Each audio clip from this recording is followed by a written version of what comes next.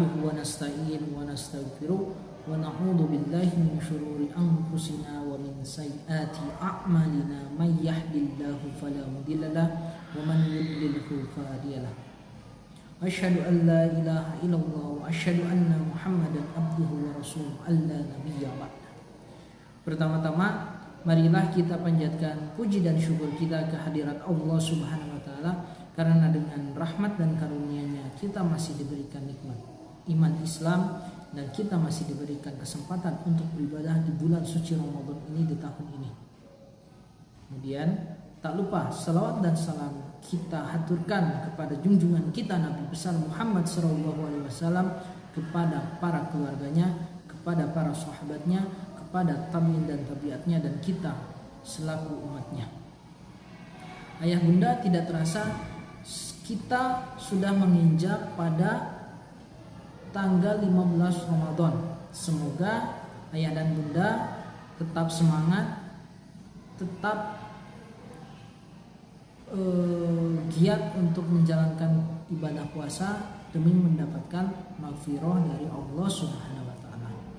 Pada kesempatan kali ini saya akan menyampaikan kultum tentang menggapai ampunan Allah Subhanahu wa taala di bulan Ramadan. Kenapa kita membutuhkan ampunan dari Allah? Ada yang tahu ayah bunda? Jawabannya yaitu karena manusia itu pada dasarnya tempat salah dan lupa. Doa Nabi Adam dalam Quran surat Al-A'raf ayat 23 berbunyi, A'udzu billahi minasyaitonir rajim. Bismillahirrahmanirrahim. Qala rabbana zalamna anfusana wa in lam taghfir lana wa tarhamna lanakunanna minal khasirin. Yang artinya keduanya berkata, ya Tuhan kami telah menzalimi diri kami sendiri. Jika Engkau tidak mengampuni diri kami dan memberi rahmat kepada kami, niscaya kami termasuk orang-orang yang merugi. Jadi di sini kita sebagai manusia hendaklah berbuat kebaikan dan berbanyaklah istighfar, apalagi di bulan Ramadan ini. Jadi setiap manusia pasti memiliki dosa, baik yang disengaja ataupun tidak disengaja, baik kita menyadarinya ataupun yang tidak kita sadari. Nah, salah satu keutamaan bulan Ramadan adalah sebagai pelebur dari dosa-dosa kita. Di bulan suci inilah umat Islam diwajibkan untuk berpuasa dan dianjurkan untuk menghidupkan malam-malamnya.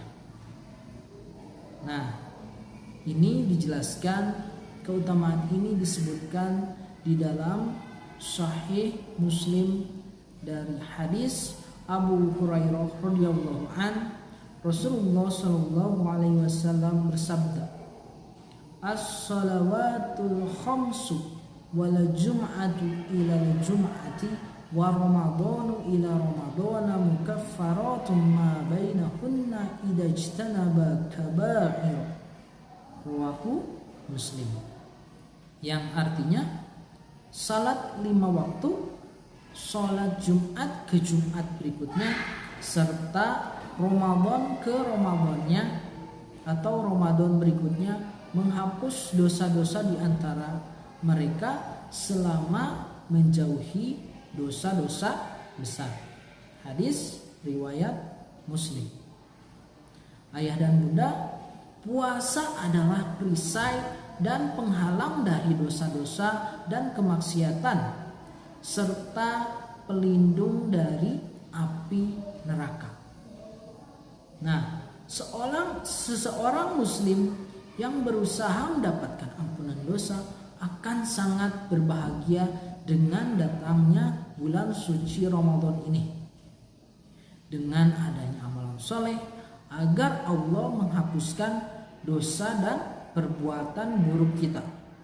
Karena kebaikan bisa menghapuskan keburukan.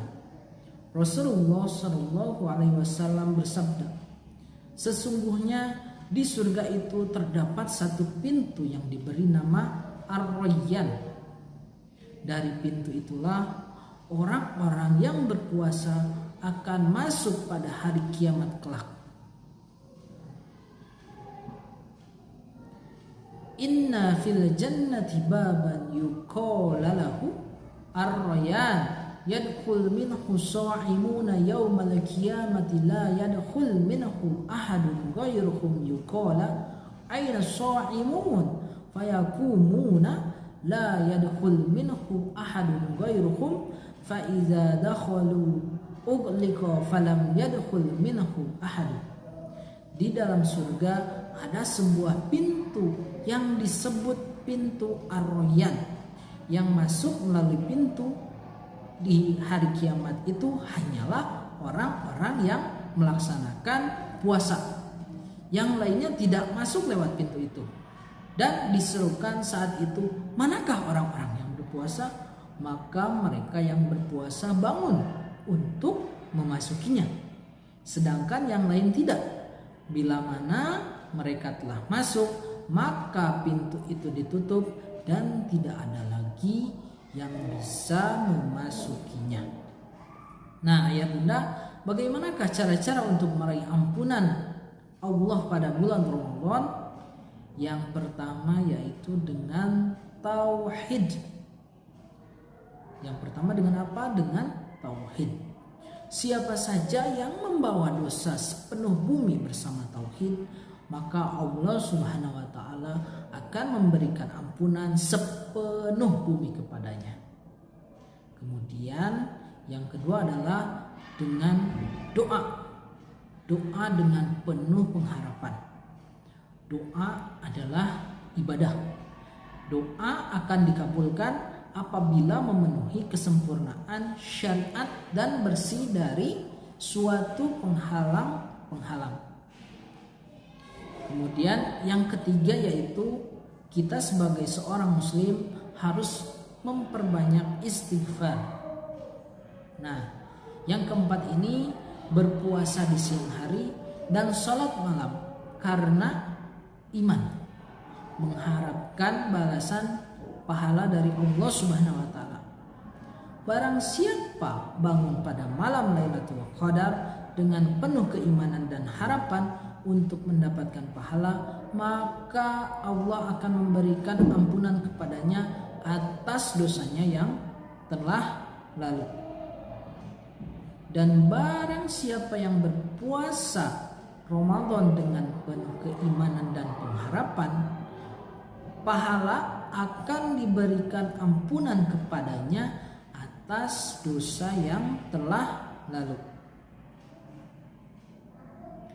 Yang kemudian yang kelima yaitu melaksanakan sholat malam pada Lailatul Qadar karena iman dan ingin mendapatkan pahala dari Allah Subhanahu wa taala.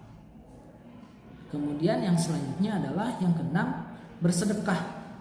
Bersedekah merupakan salah satu qurbah, yaitu ibadah yang mendekatkan diri kepada Allah Subhanahu wa taala. Kemudian yang ketujuh, melaksanakan umroh bagi mereka yang mampu.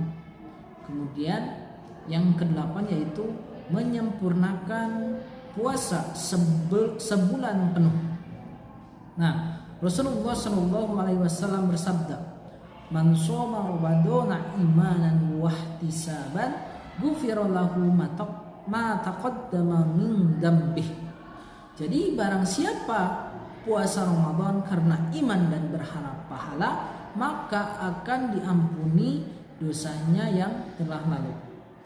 Nah, jika kita melihat dari hadis tersebut, maka barang siapa yang melaksanakan puasa pada bulan Ramadan dengan hati yang ikhlas karena Allah, bukan karena formalitas atau menahan lapar dan haus saja, maka baginya ampunan dari Allah Subhanahu wa taala. Selanjutnya sabda Rasulullah sallallahu alaihi wasallam, "Man qama Ramadhana imanan wa ihtisaban, ghufira lahu ma taqaddama min dzambih." barang siapa yang qiyam Ramadan karena iman dan berharap pahala, maka akan diampuni dosanya yang telah lalu. Nah, qiyam lail di sini yaitu melaksanakan tarawih, yang saat ia melaksanakannya dengan hati yang ikhlas, dengan melaksanakannya dengan tumanina, baik itu 11 rakaat ataupun 23 rakaat, maka dipersilahkan, karena Allah itu melihat dari kualitasnya bukan dari kuantitasnya. Ya, mungkin segitu saja ceramah yang dapat saya sampaikan, kurang lebihnya mohon maaf. Billahi taufiq wal hidayah. Wassalamualaikum warahmatullahi wabarakatuh.